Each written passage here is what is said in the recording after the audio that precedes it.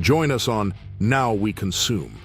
Take in the knowledge, take in the laughs, indulge in the topics with us.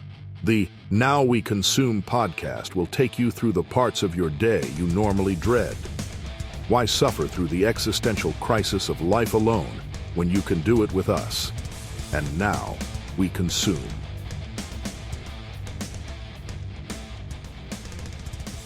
So this is Pip from Now We Consume, and we're going to do a little special segment with some friends of mine. We're going to call this Ask Gen Z. I'm here with my son Josh, his friend Ian, Cade, and Sam. Do you want to go Sam, Samara? What do you want? Just Sam? Okay. Given everything that's been going on in the world, I thought it would be fun to get the opinion of some younger people and get their thoughts on things. So the first question that I wanted to ask was the general thoughts on the Middle East situation and any possible escalations to World War III. So Josh, we'll start with you. I don't really have too many thoughts. I'm not really well versed in this enough to give a serious opinion, but I am worried more like on the side of my family, how this could affect them, and things like that. Escalation to World War III is a little bit terrifying because if I'm getting drafted, I'm losing a foot. So, I mean, just full honesty. Ian, your thoughts? It's basically just the same things that Josh said. Yeah, it's just like I don't really have enough information to truly have an opinion on what is going on. But for the most part, yeah, I am worried about, like my family, everything going on. I am worried about like the state of the country for sure, what's going to happen. The economy is already a little crazy right now. So for the most part, I'm just hoping for a bright future, I guess. Yeah, that's about it. I was about to say that was a good point, Ian. My whole thoughts on the Middle East is like the whole conflict is just we don't really need to be in it. We shouldn't have gotten involved. We should have stayed here and dealt with stuff that is on our soil and not out that like they didn't even involve us. They didn't attack us. We got involved for no reason. So, on that, and yes, Sam, I will give it to you if you don't want it. Okay. So, let me ask you a counter on that. Iran has been seen as a bully nation. So, allowing them to get a nuke, would that change your opinion in the idea that if they got a nuke, they would just bully their way into a bigger seat on the world stage? I don't think they would. If they had access to a nuke, I don't think they would intentionally use it. Well, given a reason, they would. Okay, I definitely feel like I have to step in a little bit. Okay, so if they were to get a hold of a nuke, but at the same time, we're dealing with hypotheticals now, and hypotheticals can be extremely dangerous for any circumstance, especially when it comes to a country gaining more power. So that's very difficult to deal with if they were to get a hold of a nuke and then we just start jumping to hypotheticals of they might use this against us. And so it is really dangerous to start doing that. But I definitely understand the worry and concern for sure. So yeah, that's just what I had to say. You could really do that hypothetical along with any other country. Let's say, I don't know, Switzerland got 16 nukes all at once. Would they bomb everyone else to just gain control? It's all a massive what if. But do I think that they might threaten people with it? Possibly. Iran has always been kind of a problem country as well as Iraq. They're always, we always hear things like, oh, Iraq bombed Iran again or something like that. So it really, we'll have to see. Going back to what Ian said, I feel like this is now boiling down to more of a a Cold War situation of the what ifs. That's just how it's boiling down, is just to what ifs. Because yes, if they do get access to nukes, then I feel like Josh even said, like, what ifs. Like, if we're getting to the what ifs, then it's just Cold War to me. I will agree with the Cold War side. That's actually a point that I had personally never considered, was that we're now entering the Cold War essentially for the Middle East. One thing that I can say is that Iran, having been a country that has always sponsored terrorism, allowing them to get nukes, they will use them just because they have them. And it's been their stance for many years. So them chasing nuclear weapons has been a reason for us to get involved in the Middle East for a long time and to support Israel. That's why we've been on their side for so long. Iran would use them if they got them, and that's been the bottom line. So we can move on to the second one. I think we kind of hit that one pretty good. Still nothing from you? No? Okay.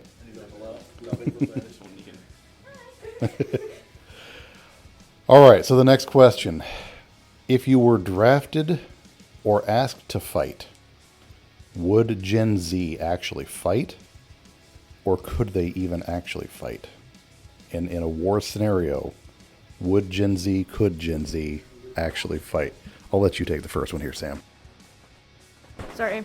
Okay, so I personally think that Gen Z would definitely fight back because they have fought back for many, many different things already.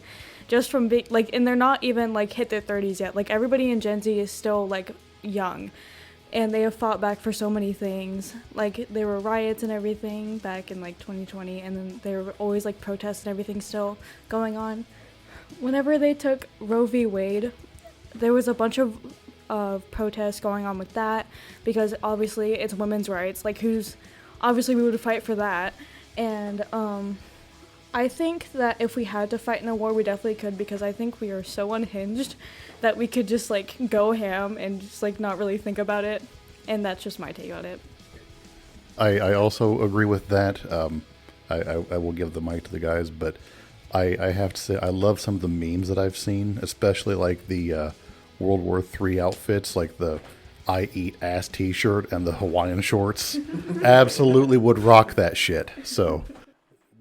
So, like, the whole, like, World War III, like, outfits, I have not actually seen any of those, so that's funny. But would Gen Z fight? I feel like it just depends. Like, maybe out in, like, LA, maybe they'd fight. But I feel like more towards, like, Appalachia, like, where the rednecks live mostly, would fight. And not to get political here, but the snow cone blue-haired liberals probably won't stand up to fight. Regarding if they would, I'm sure they would. We have many, climate change activists who are in their early teens. Let's say Greta Thunberg, Autumn Peltier. They're young and still trying to fight for the world, to make it Earth, better for animals, better for us. So I'm sure there are many like-minded people who would like to go fight, represent their country, the world they live in. Because along with war, you have all those explosions, you have all those factories also doing damage to the climate. And I'm sure, once that starts happening, it would start, getting a lot of voices involved. Now, could they fight? I don't know. I've seen some big dudes, and if I saw them going to the front line, I'd give up immediately. I'm waving a white flag almost immediately. I have a friend who's about 300 pounds and 5'5". He ain't sprinting a 10-mile dash. Sure, you can hand him a rifle and put him on the front lines. He'd be good to knock out a guy or two. But you ask him to go dig a trench, he's getting tired after one swing. The way that I'm thinking about it is thinking about if Gen Z... how they would feel if they got drafted. It's just very difficult to think about because, you're going into the human psyche of just when you get handed those draft papers, you're essentially, it's not really like you're going to die, but there's a strong possibility of death going into war. And I think that a lot of people would just think about it as they're basically signing themselves to die. And I don't think that most people would probably be comfortable with that. I mean, I don't know, it's just a very tricky situation. I think that, yeah, there are a lot of people that would fight to not get drafted. There are a lot of other people that would probably, either jump at the gun or they would just bite the bullet and go. I definitely think that there's, it's like a 50-50 at that. It's like a coin toss.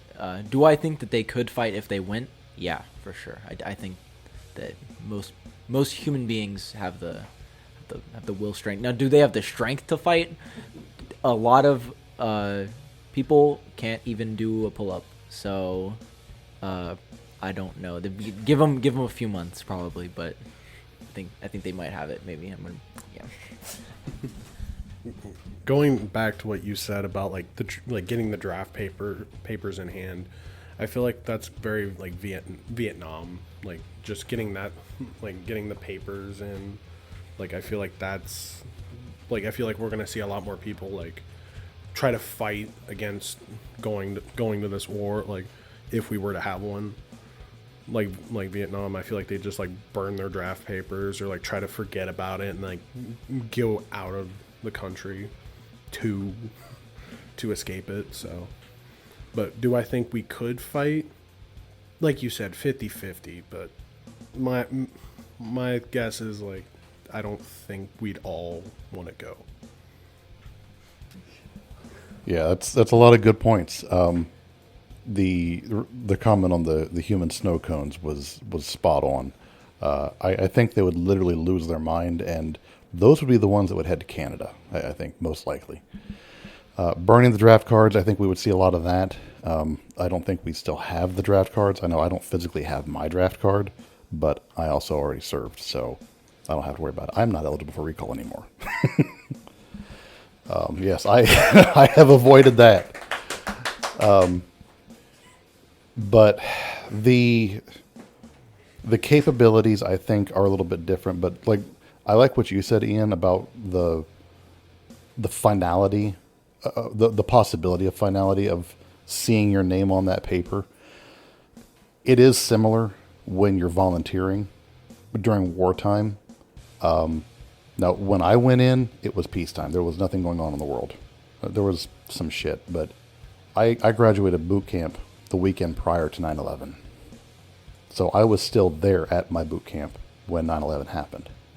So literally, my whole enlistment trajectory changed. So I went in during no war, and 9 weeks later, we were going off to fucking war. And we were ready for it. So, but we'll go ahead and move to the next one. Are you guys worried about the conflict coming to American soil at all? There's been some talk about different styles of lone wolf type attacks happening, opening the gates to allow soldiers from other countries to flood in, from southern border, from the northern border, from other coastlines. So if that were to happen, do you think we would have much resistance from the American citizenry? Do you think that they would be successful at all? Do you think we would just run into more LA style, no, we have to welcome them kind of things? I could definitely see that happening. People from the north and south coming in. I don't know about Canadians. I don't know how good Rockies are going to do on a full-on tank. Shout out Canadians. We definitely could see other soldiers coming in if it gets that bad. Depending on how they want to hit, maybe they want to get Canada out of the play early or get Mexico out of the play early by, getting attacks there. But otherwise, it's a mixed situation.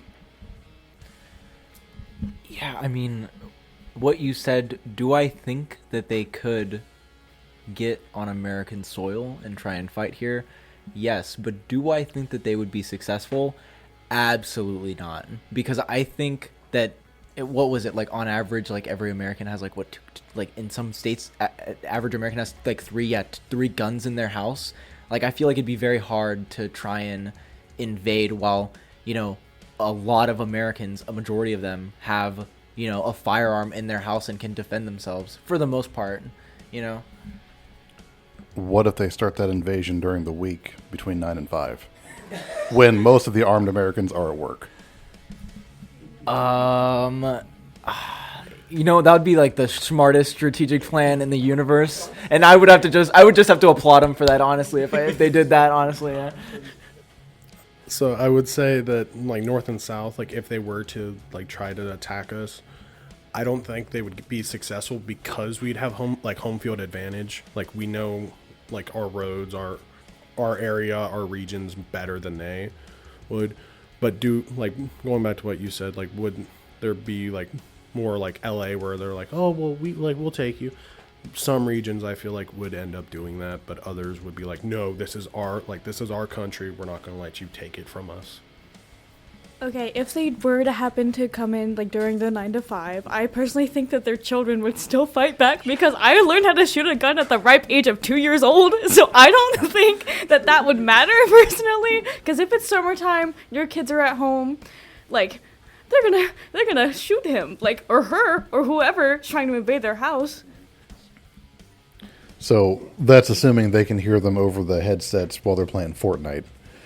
But one other thing to consider, Russia, China, even Iran, all have containerized missiles that they have fired from cargo ships to soften up defenses. We do not have an Iron Dome system like you were talking about.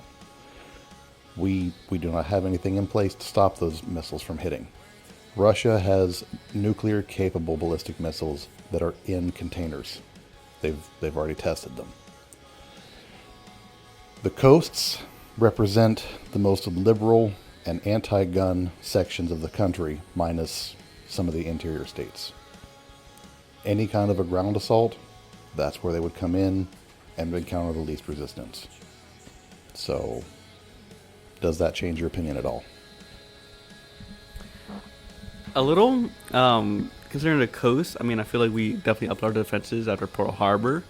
I mean, we did just have ships sitting there and not much of defense-wise, and that's how they ever get so many planes through. But I feel like after that, we'll probably do anything to prevent it again, because I remember seeing a news articles saying this is like one of the biggest humiliations we've ever faced. About Pearl Harbor, you know, how we let them get past us, how we lost so many men, stuff like that. And I don't think America's very big on being humiliated, because last time that happened, we had several wars. Like, would it change my like opinion on it? Not necessarily. Like, yes, Russia has like nuclear capable ballistic missiles, but do I think that they would like do I think without like would they without a direct reason, do you think like I don't think they would like fire upon us just like I get to weaken our defenses, but do I think they would without a strategy, do I think they'd just like aimlessly start dropping ballistic missiles? No. So the last point I'll say on that, and you can counter if you want, America has been seen as the world's bully for a long time. So if everyone sees this as the opportunity to go ahead and start throwing a punch at us, that might be the way they do it. Start laying into the coastal cities where most of the population is, take advantage of everything, and then ground assault from the north and south. So, it's about like Gen Z, about how they feel about everything, and I have been seeing a lot of stuff of Gen Z personally, like texting Iran and being like, hey baby girl, please don't bomb us, just take the orange man. And I just think that is so funny, and how it like genuinely represents how most of us feel about everything, and that's all I have to say. Yeah, it's no secret that most of Gen Z is not a huge fan of President Trump. So we can pivot off of the war situation, and we'll get to some lighthearted stuff. If you take war out of the equation, what are the general thoughts on the outlook of the future itself? Economic prosperity, job prosperity, housing and whatnot. Is it bleak? Is it all doom and gloom? Is there hope on the horizon? Do you guys have any kind of positive outlook, or is it all just y'all are fucked? Going back to the early teen climate change activists, I feel like there is a big movement to care about our future. More people trying to get more livable wages, trying to get more affordable housing. A lot of them are really trying to get more involved in the government. I always see people going to their mayor's office, making petitions, trying to get some change done in their city or state. So I think I won't know what the future is, but I have a little bit of hope in it. Oh man. Now, unfortunately for me, if I'm going to be honest, I don't have very much hope for our future. It's going to be really hard, really, really hard for us. Like overpopulation and inflation and climate change and just everything going on. It's going to take a lot of work for us to figure everything out, and I don't know if a lot of people are willing to put in that work. Don't lose hope. Like that's like the one biggest thing is, yes, it might not be good right now. It might be, like you said, doom and gloom right now, but there could be hope on the horizon for like a brighter future. But my biggest thing is just don't lose hope. So I feel like maybe like 2 decades down the line, maybe things will slowly start getting better. But as of right now, they're going to be really difficult for everybody because there is like quote unquote job listings and everything, but they're only for like to say like put ads out so they get money back, not to actually hire people and everything. So it's really hard to actually get jobs nowadays, especially if you're like freshly 18 or if you're still a teenager and everything. And I feel like that one day it will get better, but it's going to take a lot of time and a lot of change to happen before that can happen. Do you guys think there's any one big factor that's holding the job market down? Or do you think it's all just old people? I won't disagree with you. I feel like Yeah. So people are being forced to work longer than ever before. So I will 100% agree with you there. Old people. Past the retirement age is, I think, still 65. A lot of people are working into their 70s. We just had a guy retire earlier this year in his 80s. He worked at the site for 62 or 64 years.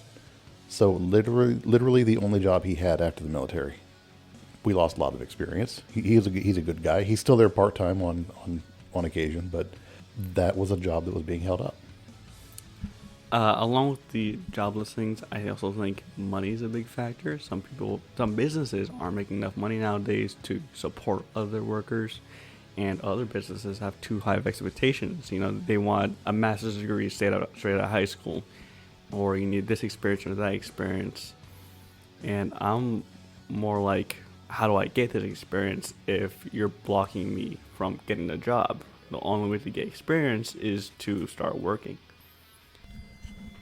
like you said, like just like they're trying to like sift out like if you don't have your like diploma like right out of high school or shit like that. I think they're picking the wrong battles to fight, and they need to start like wising up to that and realizing that, hey, here's an issue, we need to fix it, not let's sit on it for how long and like then try to turn around and realize that it can't be fixed. Another thing is that unless you have like your foot in the door on certain jobs, like construction jobs or like trade jobs, like you have to go to trade school, and it costs a lot of money to do that, which is hard to do because you can't get an actual job. And it's really hard to get out of the food industry nowadays and to just like actually settle down on one good job than just like bouncing around and just trying to make money and survive. And that's just my 2 cents. I do want to apologize to all the listeners during this. I know we are laughing a lot. It's because we are all very immature. We are speaking on a very serious topic, but we are all currently messing with each other. We've all been friends for many years, so this is kind of how we work. Okay, so I was just gonna talk about what Samara said. Yeah, totally. It's really hard. You got a lot of people, and especially like in my line of work and what I want to end up doing in my life. You know, I want a tattoo, and that's what I want to do. And a lot of people want a tattoo, like a lot of people, and there's just not enough space for everybody that wants to do what I want to do. So there's like every shop is filled up, and there's no space. So it's another factor like that. Like if you want to get into a certain job, there's a high chance that it's just filled. Like I know people talk about the union all the time and how, sometimes when you want to be a part of the union, sometimes they just don't have space for you. I don't actually know if that's true or not, but that's what I've heard from some union workers. So Like going back to what you said on like unions and like having people like already filling jobs. Well, I've heard from many different sources, like firefighting, like what I want to go into as a career, is actually shorted in jobs. Like there's not a lot of applicants applying for fire stations and stuff, and like they're like it used to be like 100 applicants applying for one job. Now it's like one applicant applying for 30 jobs. Bouncing off of what Ian said, I myself am a hairstylist, and if I did not do it in high school, I definitely would have not done it after high school because it is very expensive to go to school alone and to pay for all the materials and stuff after the fact. So I'm glad I got my foot in the door, but it also is also just very hard to like keep yourself afloat even when you have a job like that, because you have to base it off of your clientele. And not just like it's like you can't just do hourly. You have to find your own people and do everything that involves with that, and you also have to pay for your space and everything, which is really hard to do on top of having another job, because in this economy you cannot just have one job. Yeah, I kind of liken the hairstylists more to the gig workers just because of the way that the pay situation works. So I understand what you're saying there. Trade school, 100% support that. I know Gibbs and I are both big supporters of trade school. You can get in and out way less time, way less money than college. And if that's the route you choose to go, it is probably going to work out better for you in the long run. I do think, and I think we talked about it in our education episode, that trade school grants and education assistance needs to be made more available because, the trade school stuff, the grants don't always cover it, and there's not a lot of student loan options that will cover trade school to the best of my knowledge. If I'm wrong, please call me out on that. I know, I definitely agree, especially with loans and whatnot. You can get a loan for $10,000 and you'll be paying back $30,000. Loans are just so high nowadays. You get a loan, but you're paying it off for the rest of your life. I mean, I know some people, they got their student loans back in like 1980 and they're still paying it off now. And they're 60 years old. I personally would love to be an engineer, and I am lucky to have a job through some incredible people that might allow me to actually go to school for it. All right, so we will go ahead and pivot off into a fun question. I think that those have all been pretty amazing answers, pretty great. Oh, Lord. I made the mistake of letting these guys in on the questions. So I'm going to let Josh answer last just because he's so ambitiously wanting to answer this question. Now, this one I felt was very now we consume centric. Will Gen Z be willing to date AI or robots in the future? Or will that go to Gen Alpha? Sam, we'll start with you. Thank you. I personally think Gen Alpha would have more of that than Gen Z, because most of the people in Gen Z are like engaged now and they have those connections and everything. But Gen Alpha has been born and raised on like electronics and stuff, and they're just like surrounded by that all the time. And I feel like some of them will find comfort in their electronics, like a AI girlfriend or something. And they will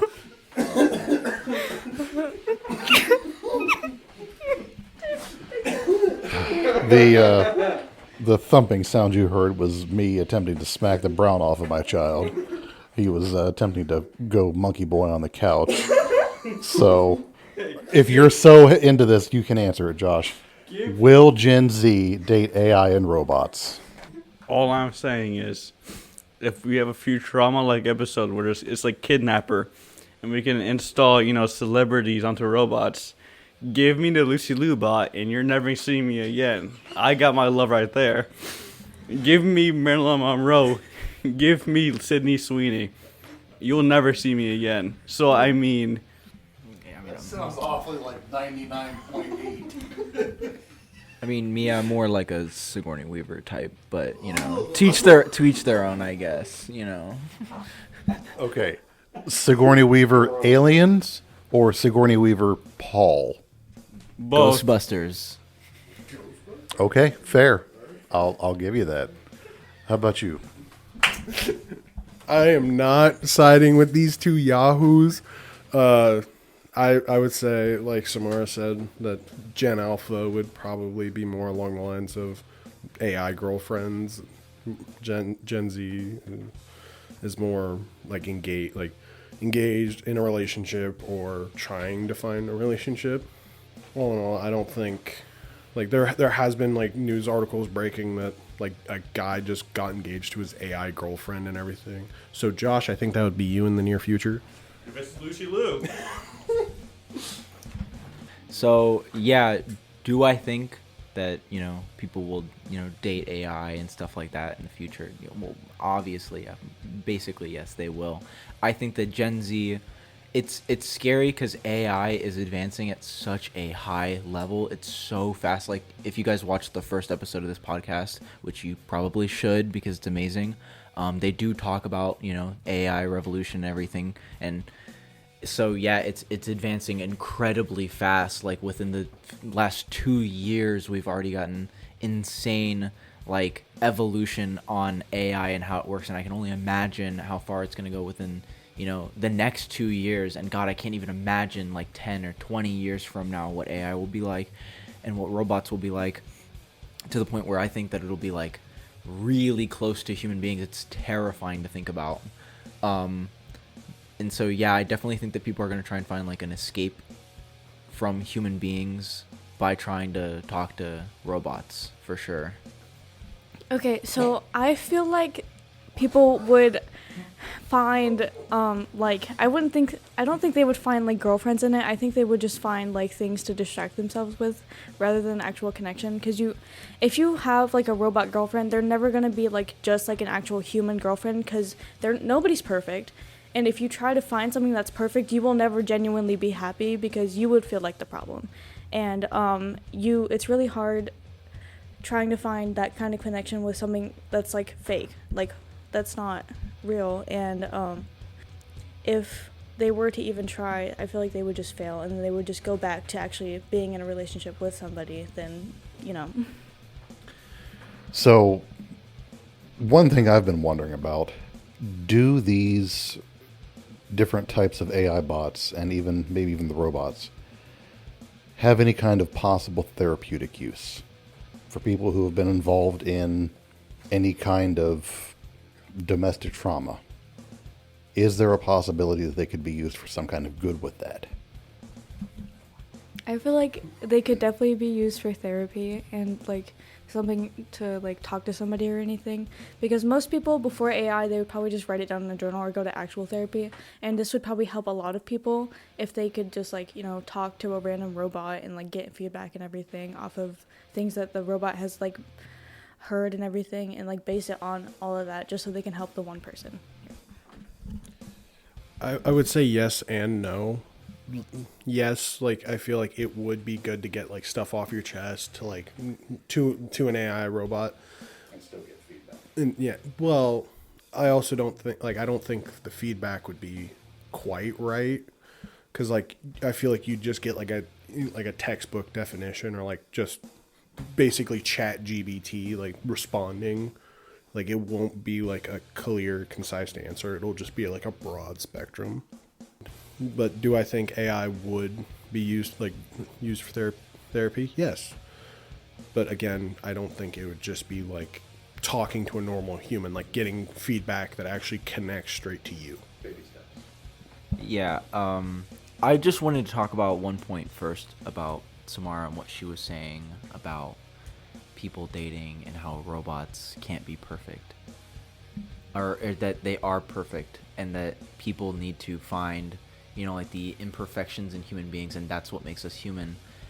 I think that it's going to be really difficult or at least it's not difficult, but for some people, many people, and even somebody I know, my brother, like he's never been in a relationship before. And so you're going to have plenty of people that are like that don't know what they're looking for when it comes to the imperfections in a human being. And so when they see a robot and they see it doing whatever it's doing to try and, get in this relationship or acting like how it's acting because they're dating, they're going to think that it's normal because they don't know what it's like to date a human. So I think that's it's going to be really hard for those people, if they end up, dating somebody in the future that's a real person versus, they've been dating their AI girlfriend for, like forever. But yeah, the therapy part, I definitely think it'll help a lot of people out for sure. I think it's difficult though, because AI, it's like the way that they learn. I feel like most jobs, or at least a lot of them, it just takes like learning and understanding. Specifically with therapy though, I definitely think that there's a more human side of you need to have you need to have those experiences yourself to sort of understand what somebody else is going through. Sort of empathy. They teach you that a lot. And I don't know if a robot will ever be able to actually learn empathy. I think that if somebody describes a situation to them and describes to the robot how they're supposed to feel, that maybe they might be able to get close, but I don't think they'll ever actually truly hit the mark. So that's kind of how I feel on the situation. I think some jobs they'll be able to take over, and some jobs, specifically like therapy, I don't know if they'll be able to actually help out. They'll be able to help for sure, like 100%, but I don't know if they'll be able to be like the perfect replacement for a human being. My problem is in more of personal security. You have, AI, but all that information is all going to be seen by another human being. You tell an AI this, and that. I tell people who are in dark places, like, hey, I have these thoughts of suicide. Someone can see that message and do something with it, blackmail, whatnot. And if the AI gets hacked and asks the user, hey, what's your mother's maiden name? I just want to know to get closer to you. Someone's going to say it, and someone's going to tell them, and then that's how, identity gets stolen. So I'm also worried on the security side, and also considering these iPad kids nowadays, little kids who don't go outside bearing their iPads, they're the type of people who I would see to grow up to these AI daters. Back to what you said about like mental health and like suicidal thoughts, and bringing that to an AI robot, I don't think would necessarily comfort them. Like, because I feel like they would just be like, oh, cool, here's a pink slip, like, fuck off with your problems, and not listen. Like, I feel like it'll just provide a cheap solution to a real problem. Provide a script. Yeah, it'll just provide a pre-made script, or like basically hand you a pink slip, or here's the suicide hotline, or something like that. So, as AI advances, is there maybe a possibility that it interacts in a way where, if those kind of thoughts or questions are presented, it could prompt you instead and say, do you want help? I mean, with AI, like Ian had said, the way that it's advancing, we're probably not that far away from that. I mean, I just read something last week that said we're probably 6 months to a year from the singularity. When I said that in the episode, The Dark Trinity, we were talking 12 to 24 months. That's now been revised. So we're on the edge of the singularity at this point.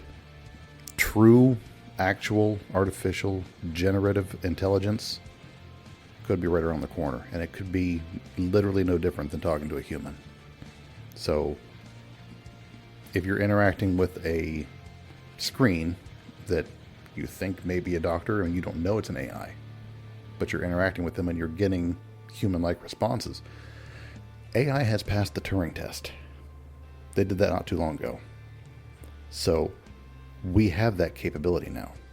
So if you're talking to this AI or to this doctor on a screen, maybe it wasn't disclosed that it was an AI, and you're pouring your heart out like that.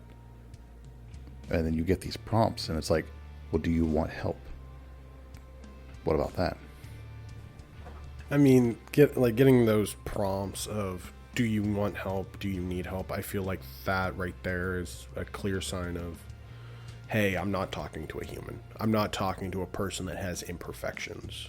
I'm talking to an AI robot that is programmed to think that way, to think like a human, to think that it is a human. But do I 100% think that it's going to be like talking to a human? No, because like everybody in this room has said, humans have flaws. Like the subject of mental health and AI, I feel like will be blurred a long while. Okay, so although it is like becoming very like how do you explain it? Like how AI has become very advanced is what I meant to say. I still I still think that it would take a very long time for it to perfect how people feel emotions, because we don't all just feel like one emotion at one time. We feel multiple emotions at once, and it's very hard to describe it even as like a person. So it'd be like impossible to describe it to a AI robot for them to even like imagine what it feels like, which they can't really feel it because they're a robot. But like it's really complex, because even like people talking to a therapist, they can't explain how they really feel. Okay, what's your question? So my question to everybody in this room, do you think AI would get too advanced to the point where we would have like kind of like a Roe v. Wade like situation where it'd be like my body, my choice? Well, what? Hold on. Like my We're cutting from Mike then. For the AI itself, like on behalf of the AI, like I am the AI, you cannot turn me off, like that kind of situation. yes, like kind of like that, Like a Detroit Become Human situation. yeah, like Oh. you can't shut me off, and also like if there were like in Detroit Become Human, like there were like strip clubs, like AI strip clubs and shit. Loose Would, like I'm just saying, would there be like if they get too advanced, would there be like a robot? Yeah, like a robot rights thing. I feel like saying Roe v. Wade wasn't the right way to explain it, because Roe v. Wade was women's like rights, and that's Yeah, the Roe v. Wade situation was a whole other box of rocks. Maybe the wrong words. However, I understand what he's. Will the time come when AI hits the point where AI gets the right to life as well? That's going to be a whole other episode, because holy shit.